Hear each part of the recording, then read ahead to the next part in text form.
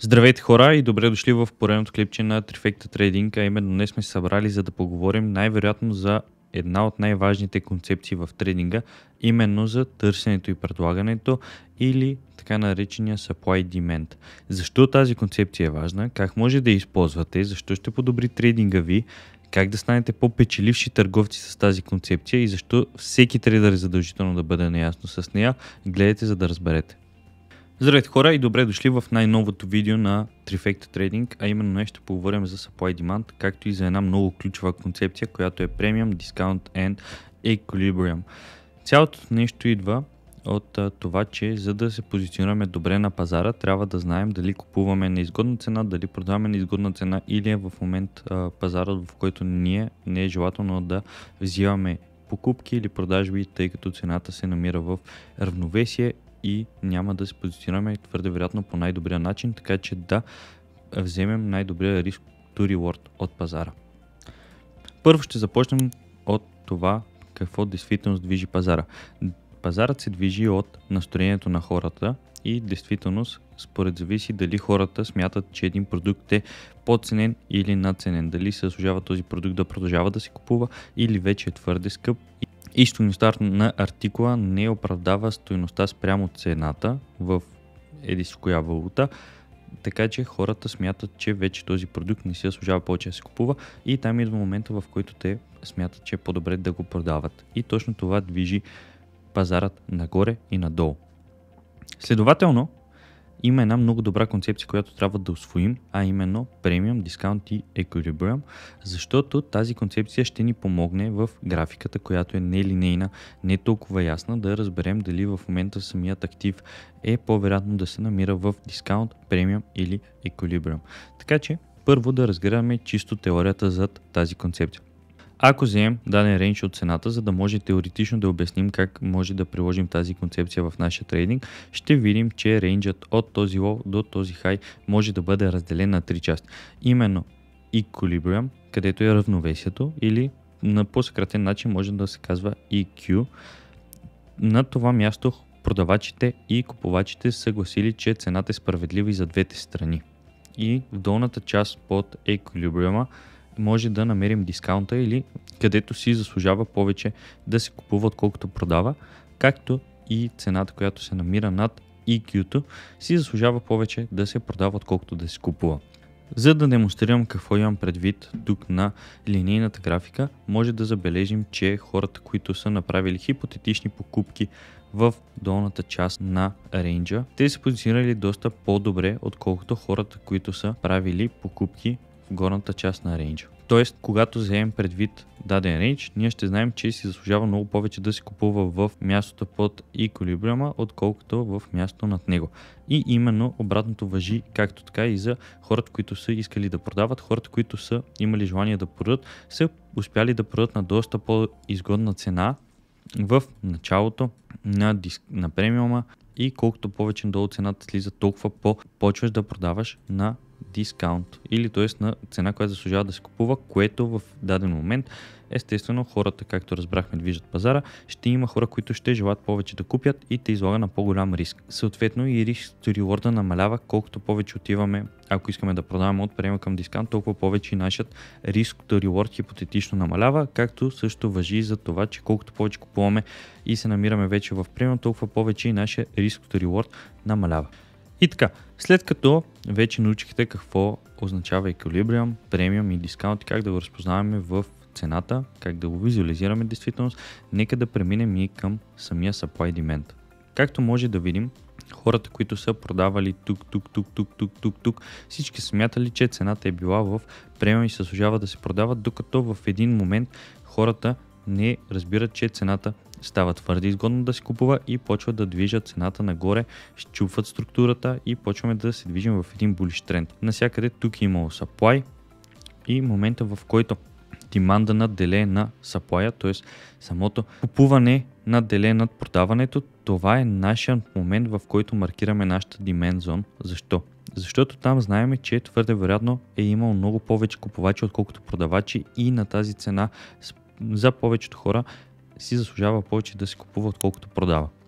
Същото важи и за supply. Както може да видим, хората, които са купували тук, в даден момент пазарът се е наклонил на обратната посока, тъй като цената е станала твърде изгодна да се продава и имал доста повече интерес за продажби, отколкото за покупки, следователно цената е продължила да пада надолу и това е момента, в който от тук до тук е имал доста голям интерес за продажби, съответно това е нашия supply. Сигурно се питате, окей, това нещо обаче как може да го забележим на графиката и веднага обяснявам.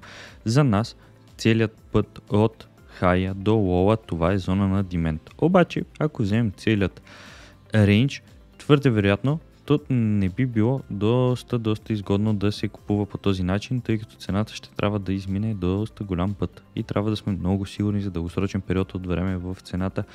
Тя на къде ще ходи? Нали?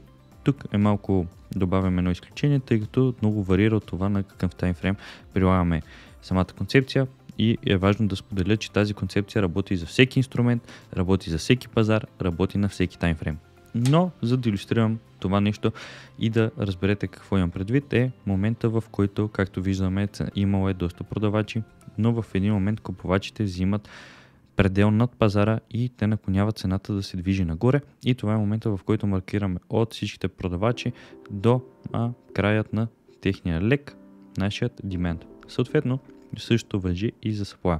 Както виждаме, имало е момент, в който купувачите са били доста по-силни от продавачите, но в крайна сметка цената се оказва надценена и там пазарът намира доста повече продавачи и съответно маркираме от първият купувач до последният нашата supply зона. И тук идва следващата част от лекцията, именно разликата между Strong и Weak Supply и Demand. И цялото нещо може да го постигнем, когато комбинираме всичко научено от предишната лекция, а именно Market Structure. Какво имам предвид? Момента, в който цената се намира в bullish тренд, означава, че има доста повече купувачи, отколкото продавачи в момента в цената. Следователно, това ни подсказва, че в момента все още си заслужава да купуваме самия актив и следователно търсим доста повече demand зони, отколкото supply. Какво имам предвид с това нещо? Както може да видим, имаме break в structure. Следователно, както споменахме, всичките supply зоната се маркира от всичките купувачи, а demand зоната се маркира от всичките продавачи. Както може да видим, да, и в този лек имаме supply, но действителност все още интересът на пазарните играчи е да купуват дадения артикъл. Следователно, знаем, че demand се предполага да бъде доста по-силен от supply и следователно ние се доверяваме доста повече на demand зоните. Същото важи и за downtrend или за bearish тренд. Следователно, щом актива се движи надолу, има твърде вероятно много повече продавачи, отколкото купувачи в момента в пазара на дадения актив и ние обръщаме много повече внимание на supply вместо на деманда, както знаем. Идва момента за интересната част от лекцията, а именно как тези зони може да ги начертаем на графиката. Става, когато имаме три най-разпространени варианта сред нашия трейдинг на маркиране на този зони. Единият, ако искаме да бъдем доста прецизни, може да използваме самите опашки на свещите. Какво имам преди с това нещо? Момента, в който, ако си представим ето така една линия, само да нарисувам, може да видим, че това е движение надолу в цената. Следователно, в какво знаем, маркираме деманда от движението надолу в цената. Или пък, ако преценим, че е момент за продажба, може да маркираме нашия supply от движението нагоре в цената. Доста по-рефайн начин да маркираме нашите зони, следователно пък и доста по-рисков. Следващия вариант на чертане, който имаме в нашия трейдинг е да вземем последното тяло от рейнджа, а именно Pivot Candle, както го наричаме. Следователно имало е движение, ето илюстрирам, представете си, че така даже по-добре ще стане. Представете, че имаме движение надолу в цената и момента, в който цената спира да се продава, започва да се купува, това го отбелязваме чрез последния кендъл, т.е.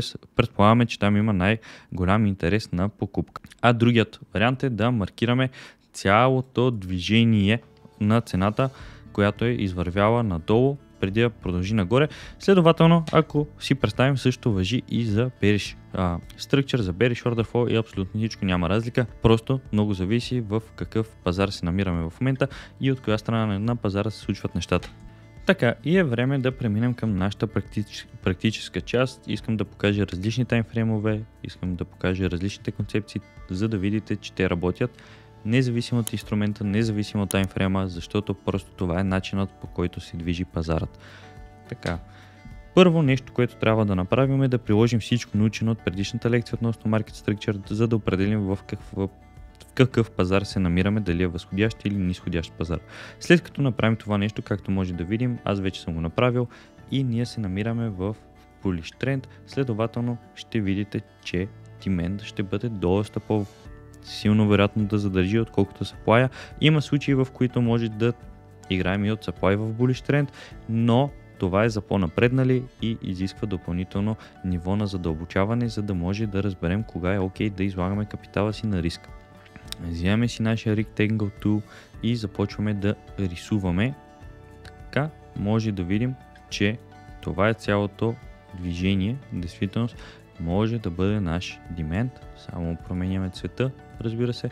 И както може да видим какво прави цената, излиза от тук, връща се след като чупва структура, за да намери отново дискаунт прайс, за да потърси отново изгодна цена за всички купувачи, които искат да участват на пазара, и продължава нагоре.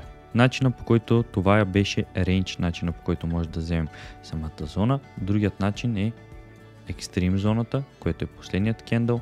Както може да видим в този случай, просто цената не намира толкова ниско ниво за покупки, т.е. тя се изкупува още по-бързо, отколкото да стигне все пак до най-изгодната точка на покупка. Именно за това, знайки различните концепции, може да видим кога и къде се заслужава да използваме дадената концепция за supply и demand. Както може да видим сега, имаме още един demand, когато се намираме в възходящ тренд, и може да видим цената какво прави, преминавайки нагоре. Връщайки се, отново тя намира изгодна цена за покупка и продължава нагоре. Така, и тук идва момента, в който може да илюстрираме също и разликата между Extreme и Decisional. Както може да видим, и тук е имало зона, където хората са купували, но тя не бива респектирана, тъй като цената търси още по-добро място и по-изгодно място за всички купувачи. Както и тук има такива зони. Затова е много важно да знаем кога си заслужава да играем от Decisional зони, кога си заслужава да играем от Extreme зони. Твърде вероятно през доста по-голяма част от времето Extreme зоните ще бъдат доста по-високо вероятни да задържат. Тествано е, казвам ви го от дата и от всичко, отколкото Decisional зони, но това не означава, че ние не можем да играем от Decisional зони. Просто дава на въпрос, че това е доста по-адванс и трябва да знаем кога да играем от такива зони. И както може да видим, сега може да видите защо деманда е доста по-вероятен. Ами защото, както знаем, цялото това нещо надолу е зона на demand и цялото движение нагоре е зона на supply, така че върхът на supply, ето го екстрима, може да играем понякога, както споменах, и от такива зони, но трябва да знаем кога може да го играем и кога не може да играем от такива зони. Така, това е за bullish тренд. Много по-добре, вероятно да, тук има изключение в правилото, много по-добре е да се доверяваме на деманда, когато сме в bullish тренд, отколкото на supply. То е за доста по-адванс трейдери, защото, както може да видите тук, да, директно supply се пробива. Така, и за да покажем, че тази концепция отново може да бъде приложена за всеки таймфрейм, за всеки инструмент, ето преминаваме на следващ таймфрейм от One Day, стигнахме до M15 в момента и може да видим, че когато се намираме в bearish тренд, следователно ето Decisional Supply, който твърде вероятно е респектиран и цената намира там своето място на доста изгодна цена за продажби, следователно още тук доста хора са били готови да продадат цената и както може да видите, след това цената пада надолу и не стига до екстрима, но действително може пък да маркираме и цялата зона. Цялата зона може да маркираме така, но представете си, ако сложите поръчка тук, каква е разликата и колко много цена трябва да извърви, за да вземете някакъв оптимален risk to reward, и разликата, когато знаем и разликата между Extreme, Decisional, различните взимания на зона. Може да видите, че ако сме сигурни, че тази зона с другите неща, които ще научите за напреде в канала, си заслужава да държим от нея, може да видите колко прецизно може да продадете и да вземете доста по-добър риск to reward от цената. Продължавайки напред, може да видим ето и доста добър пример за Sell to Buy week-ове. Ето тук има, даже е така, ще трябва да оголемиме, има една зона, която е сформирана от Sell to Buy week-ове и може да видите колко прецизно тя се респектира от цената, така че когато знаете какво правите, когато работите с тези концепции, казвам ви, тествани са доста време, доста добре работят, просто си изисква своето време да се уверите на графиката, че работят. Пробвайте ги, тествайте ги и ще видите колко добре те работят действителност и как това е начинът, по който се движи цената. Ето, фащаме, може да видите сега, това е Pivot Candle, който не се докосва от цената, за съжаление тя намира по-рано своят момент на продажби и твърде вероятно това може да бъде в Decisional зона. Ето, това е в Decisional зоната, както виждате. Защо цената се движи, сами може вече да разберете, защото там твърде вероятно има доста повече хора, които искат да продадат на това ниво.